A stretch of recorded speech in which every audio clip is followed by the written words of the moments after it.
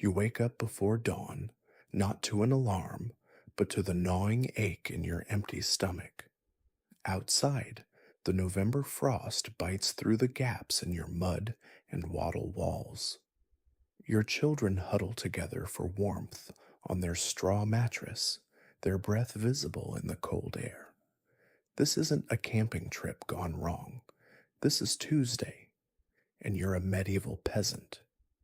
The romantic notion of simpler times crumbles pretty quickly when you look at what daily life actually entailed for the average person in the Middle Ages. We're talking about an existence so relentlessly difficult that modern homelessness would offer comparable comfort in many respects. Let's walk through a typical day and see just how miserable things really were. Your morning starts in darkness because candles are expensive and you can't afford to waste them. You own exactly two sets of clothes, both made from scratchy wool that you've worn for years. There's no bathroom, obviously. You relieve yourself in a bucket that you'll dump in the street later, contributing to the fragrant layer of human waste, animal dung, and rotting garbage that carpets every path in your village. The smell is so omnipresent that you've stopped noticing it, though visitors from other regions often vomit when they first arrive. Breakfast doesn't exist as a concept for you. Yes, you'll eat when there's food, which might be around midday if you're lucky. Your diet consists almost entirely of a gray sludge called pottage, basically whatever vegetables or grains you can boil in water. Oats, barley, turnips, onions, the occasional pea. It's the same thing every single day. You haven't tasted meat in 4 months, and the last time you did, it was a stringy piece of salted pork that had been hanging in your hovel since last winter. Spices? Those exist only in the castles of nobles. Your food tastes like boiled sadness, and that's when you have enough of it. The grinding monotony of your meals reflects a deeper problem. You're a serf, which means you don't own the land you work. You can't leave. You can't change jobs. You were born into this arrangement, and you'll die in it, and so will your children. 3 days a week, you work your lord's fields for free. The other days, you work your own tiny plot, trying to grow enough to feed your family and pay your various obligations. Taxes to the Lord, tithes to the church, fees for using the Lord's mill, his oven, his wine press. You pay to get married. You pay when your children are born. You pay when you die. Speaking of children, you've had 7. 3 are still alive. Medieval child mortality rates hover around 50%, meaning that burying your babies is just part of life. You don't have the luxury of extended grief. There's too much work to do, and the work is backbreaking, literally. You plow fields behind an ox if you're fortunate enough to share one with neighbors, or you pull the plow yourself if you're not. You plant seeds by hand, harvest by hand, thresh by hand. Your hands are calloused masses of scar tissue. Your back has been crooked since your 20s. You're 37 now, which makes you elderly by medieval standards. Most people you knew growing up are dead. The physical toll of peasant life was absolutely devastating. Without proper nutrition, your body never developed correctly. You're probably a good 6 inches shorter than you would have been with adequate food. Your teeth, those you still have, are rotten from your gums. Bathing is a rare luxury, maybe a few times per year, so you're constantly itching from lice and fleas. Skin diseases are universal. That persistent cough you've had for 2 years could be tuberculosis, could be pneumonia, could be any number of respiratory infections that thrive in your damp, poorly ventilated home. You'll never know because doctors are for rich people. When you do get sick, and you will get sick, your options are prayer and hoping you don't die. Medical knowledge in the Middle Ages was a fascinating mix of ancient wisdom and absolute nonsense. Bloodletting was considered a cure for almost everything. Humoral theory held that your body contained four fluids that needed to be balanced. Diseased? Better drill a hole in your skull to let the evil spirits out. The church taught that illness was divine punishment for sin, so maybe you just needed to pray harder. But here's something that makes all of this exponentially worse.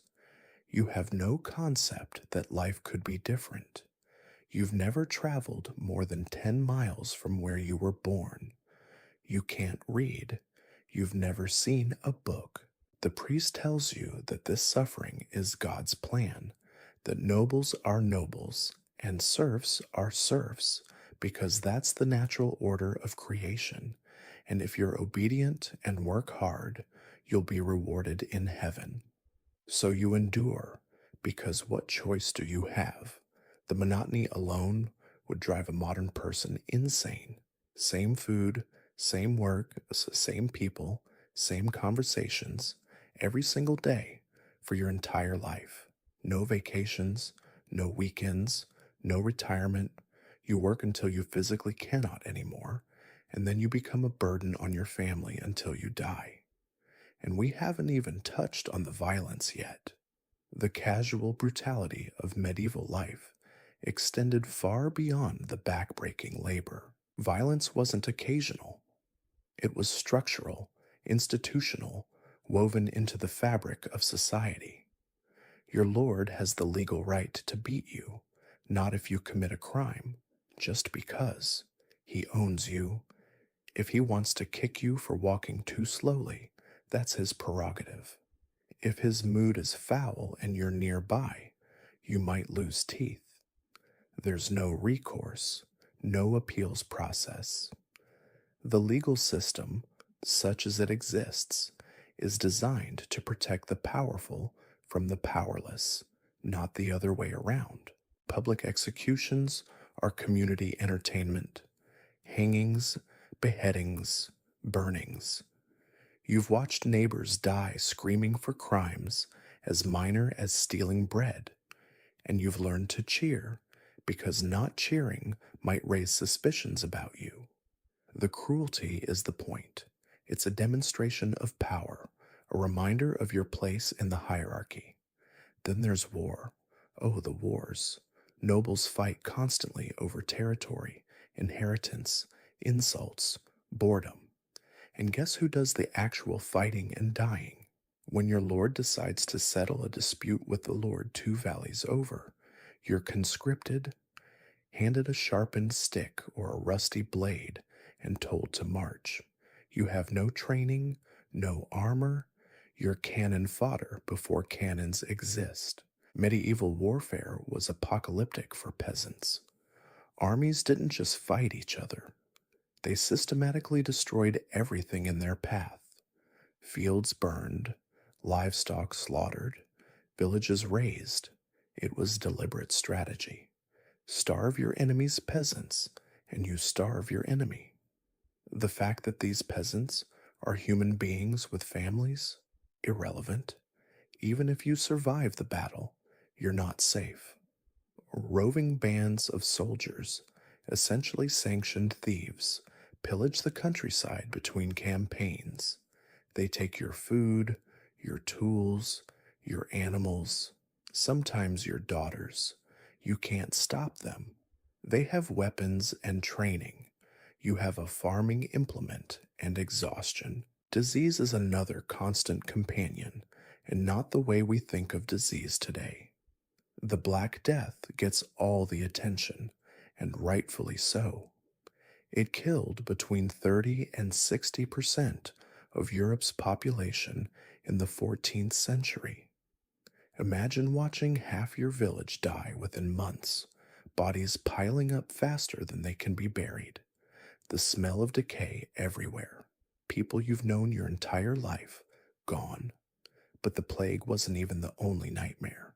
Smallpox, typhoid, dysentery, tuberculosis, leprosy, ergotism from contaminated grain that made you hallucinate before it killed you. Medieval people lived in a pathogenic wonderland, and they had no idea why. Germ theory wouldn't exist for centuries. They blamed bad air, divine punishment, the alignment of planets, witchcraft, so they tried to appease God. Flagellants whipped themselves bloody in the streets, believing their suffering would end the plague. Jews were massacred in pogroms because Christians needed someone to blame. Cats were killed en masse because they were associated with witchcraft, which ironically made the rat problem worse, which made the plague worse. The whole system was a death spiral of ignorance and terror. Let's talk about women specifically, because somehow being a medieval peasant was even worse if you were female. Everything we've discussed applies to you, plus additional layers of oppression. You have no legal rights whatsoever. You can't own property. You can't testify in court.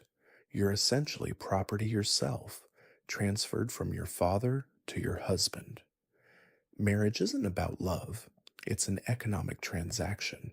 You're probably married by 14, possibly younger, to someone you didn't choose. Your primary function is producing heirs, preferably male. Childbirth is staggeringly dangerous. Roughly 1 in 3 women die from pregnancy related complications. No epidurals, no C sections, no antibiotics for infections. Just midwives with varying levels of knowledge and a lot of prayer. If you survive childbirth, you're expected to be pregnant again within a year. Your body never fully recovers. By 30, you're physically destroyed. And between pregnancies, you're working the same brutal hours as the men, plus managing the household, plus raising whatever children survived infancy. Sexual assault is rampant and unpunished. The Lord has droit du seigneur, the right to sleep with brides on their wedding night in some regions. Whether this was actually practiced everywhere is debated by historians, but the fact that it was even claimed as a right tells you everything about women's status. You're not a person, you're a resource. Here's what might be the worst part: hope, or rather, the complete absence of it. Modern people in terrible situations can imagine escape. You can plan. You can dream of winning the lottery, moving to a new city, going back to school, changing careers. Medieval peasants had none of that. Social mobility was essentially zero. You were born a peasant, you die a peasant, your children would be peasants, their children would be peasants, forever. The church promised reward in the afterlife, which was literally the only thing keeping society from complete collapse. Suffer now, receive paradise later. It's a brilliant control mechanism, really. Keeps people obedient, even in unbearable conditions. And the church reinforced this constantly.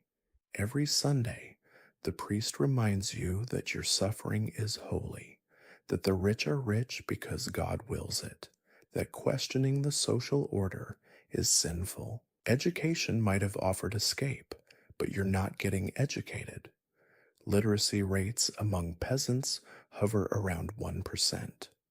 Books are rare and expensive, hand copied by monks. Even if you somehow learned to read, what would you read? Everything's in Latin, which you don't speak. Knowledge is gatekept by the elite, deliberately kept from you.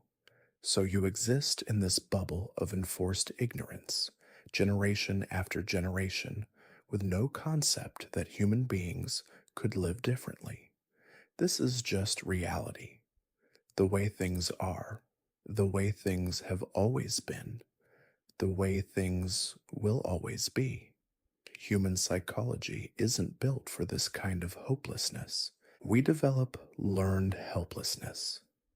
That's the psychological term for what happens when you're subjected to terrible conditions you cannot control or escape. Eventually, you stop trying. You stop imagining alternatives. You become passive, accepting, broken. Medieval peasants displayed every symptom of collective learned helplessness. And this wasn't accidental. The system needed them broken. Rebellious peasants are dangerous. Hopeless peasants are manageable. Occasionally, that hopelessness cracked. Peasant revolts erupted throughout medieval Europe. The English Peasants' Revolt of 1381, the French Jacquerie, German Peasant Wars. These weren't coordinated movements. They were explosions of accumulated rage. They were also brutally crushed. Knights in armor cutting down unarmored peasants with pitchforks, mass executions, leaders tortured publicly as warnings. The revolts accomplished almost nothing except demonstrating what happened when you stepped out of line. Let's talk about justice, because the medieval legal system was deliberately designed to favor the powerful. You have no presumption of innocence.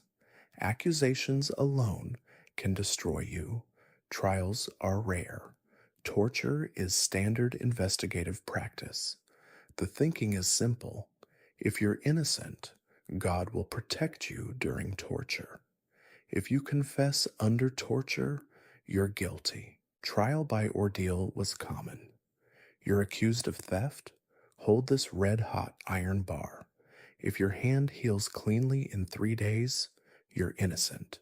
If it becomes infected, which it obviously will because this is before germ theory, you're guilty and hanged. Trial by combat was another option, which sounds exciting until you realize the wealthy can hire champions to fight for them. You, with your malnourished body and zero combat training, are fighting a professional soldier. Justice isn't blind. Justice has excellent eyesight and specifically targets the poor. Punishments are designed for maximum public humiliation and deterrence. Stocks and pillories in the town square where people throw garbage at you. Branding, mutilation. For stealing bread to feed your starving family, they might cut off your hand. For poaching the Lord's deer, death. The wealthy, meanwhile, can literally buy their way out of crimes, pay a fine, make a donation to the church. Justice is explicitly for sale, but only if you can afford it. Privacy doesn't exist in your world. Your one-room hovel houses your entire family. You're sleeping 5 feet from your parents, your siblings, your grandparents if they're still alive. Everyone hears everything.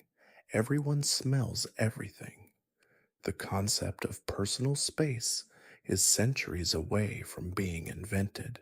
You've never been alone in your entire life, never had a moment of solitude, never had a private thought that wasn't potentially overheard. This level of forced proximity would drive modern people insane within weeks. Entertainment is communal and rare. Maybe traveling performers visit once a year. Maybe there's a feast day with music and dancing. Mostly, you entertain yourself by talking, telling stories.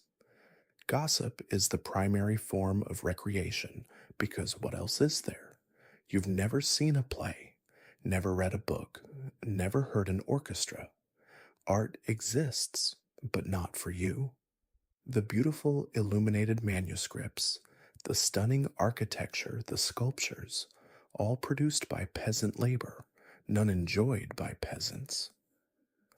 You build the cathedral, but pray in the drafty back section. Let's address something modern people always wonder. Didn't they notice how terrible this was? Didn't they want change? Here's the thing. Human beings are remarkably adaptable. Normalized misery becomes invisible. If everyone you know lives this way, if everyone who came before you lived this way, it's not suffering. It's just life. You don't mourn the absence of antibiotics because you don't know antibiotics are possible. You don't rage against feudalism because you can't imagine alternative social structures. Your frame of reference is so limited that improvement isn't even conceptually available to you. The few people who do imagine alternatives, radical preachers, early proto socialists, are branded heretics and burned alive. New ideas are dangerous. The system has antibodies against change, and those antibodies are extremely effective. Your intellectual world is tiny. You know your village. Maybe you've traveled to the nearest town once or twice in your life. The next kingdom over might as well be another planet. You have no concept of geography, no maps, no understanding that the earth is round, that other continents exist, that there are fundamentally different ways of organizing society. Your temporal awareness is equally limited. You don't know what year it is in the modern sense. You measure time by saints' days and agricultural cycles. You have no historical perspective, no understanding that Rome fell, that civilizations rise and collapse, that the world changes. This ignorance is structural. The powerful need you ignorant. Educated peasants ask dangerous questions. They organize, they rebel. So knowledge is restricted, hoarded, kept from you by every available means. The church preaches that curiosity is sinful. Wanting to understand God's creation is arrogance. Your role is to labor and obey. Thinking is for your betters. This message is reinforced constantly from every authority figure in your life. So you don't think, you accept, you endure, you reproduce, you die young. Your children repeat the cycle. For centuries, modern people cannot comprehend this level of stagnation. We live in a world of constant change where every generation experiences radically different conditions than the previous one. Medieval peasants experienced the opposite. Their great great great grandfather's life was essentially identical to theirs. Technology barely advanced for 1,000 years. Social structures remained frozen. The same families ruled the same lands for centuries. Change happened so slowly as to be imperceptible within a human lifetime. This stability was the point. The system was designed to reproduce itself endlessly. Every mechanism, legal, religious, economic, social, worked to maintain the status quo, and it worked, until suddenly it didn't. The Black Death changed everything, not because people wanted change, because half the population died. Suddenly, there weren't enough workers. The survivors had leverage. For the first time in centuries, peasants could demand wages, better conditions, actual payment for their labor. Lords tried to legislate this away, passing laws forcing peasants to work for pre-plague rates. But you can't legislate against supply and demand. Labor was scarce. Workers had power. Some used it. This terrified the nobility. The natural order was inverting. Peasants acting like they had rights, demanding compensation, refusing to work. Unthinkable. The response was brutal. Revolts were crushed with overwhelming violence. Leaders were tortured publicly. Entire villages burned as examples. But the genie was out. People had glimpsed possibility. Still, change came glacially. The Renaissance began for wealthy urbanites. The printing press arrived. Peasants remained illiterate. New worlds were discovered. Peasants kept plowing the same fields.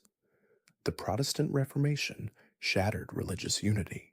Peasant life barely changed. These massive historical shifts that textbooks treat as transformative, mostly irrelevant to rural laborers.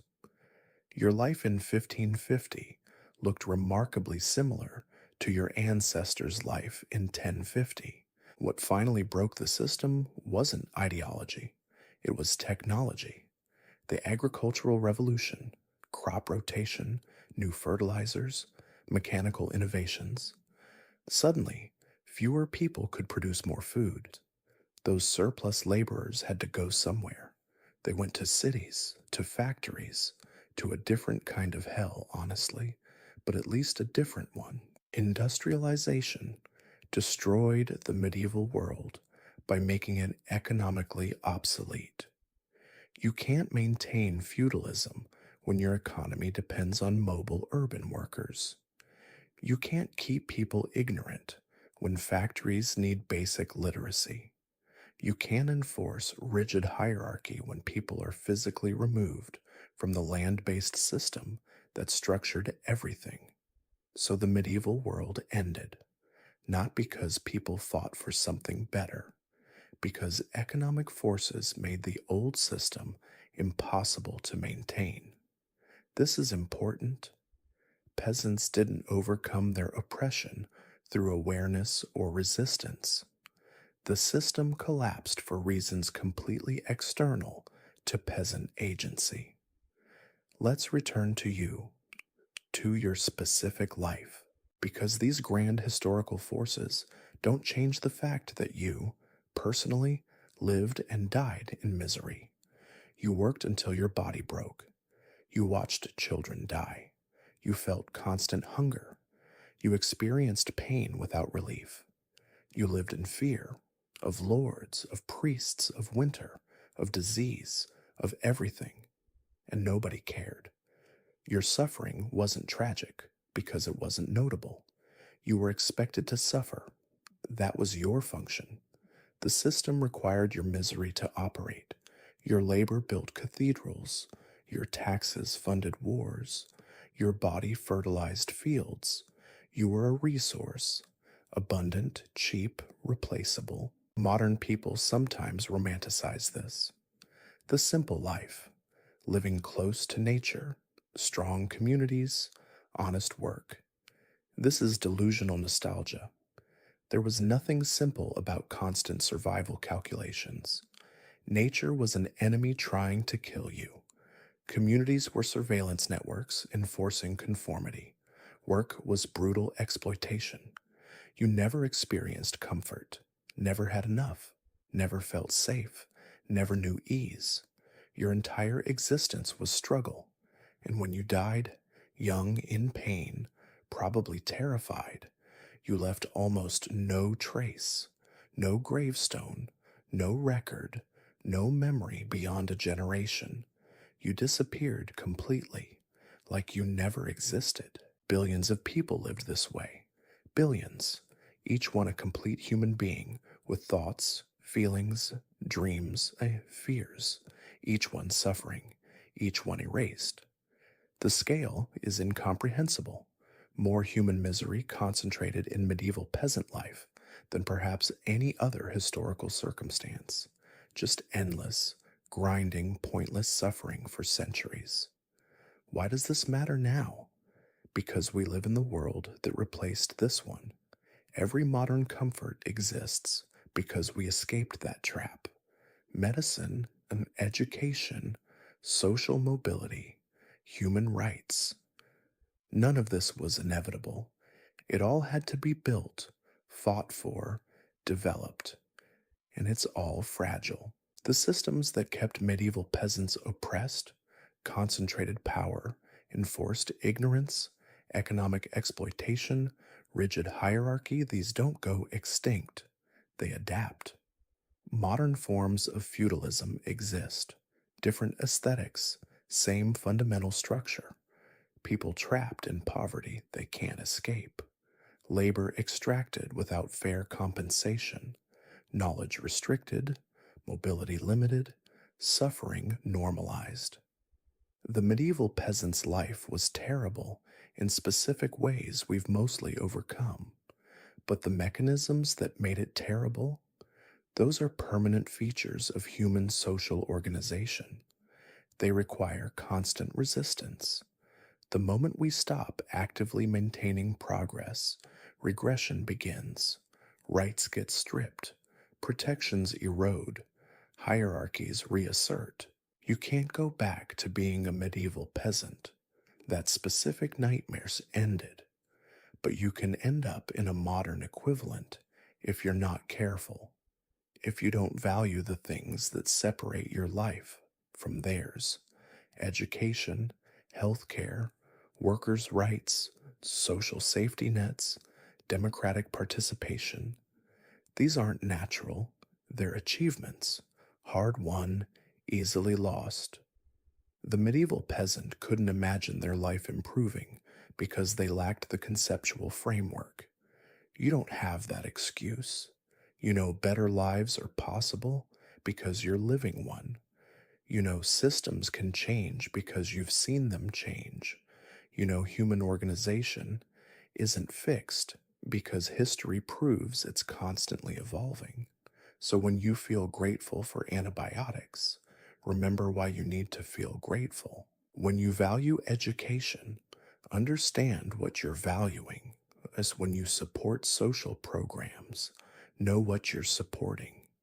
You're maintaining the distance between yourself and that medieval peasant. You're preventing regression. Their life was suffering, yours doesn't have to be. But that's not automatic. That's a choice society makes continuously. Choose correctly. The alternative is 1,000 years of darkness that swallowed billions of people who never got to choose anything at all. The medieval peasant is dead.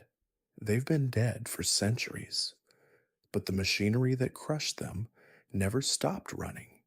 It just got better at hiding. Every time someone says poverty is inevitable, they're channeling feudal logic. Every time education becomes inaccessible due to cost, that's the monastery hoarding knowledge. Every time workers can't afford housing despite full time employment, that's the Lord taking everything you produce. The aesthetics changed, the fundamental extraction didn't. You think you're safe because you're not in a field with a wooden plow. But check your actual leverage. Can you stop working without facing homelessness? Can you challenge your employer without risking everything?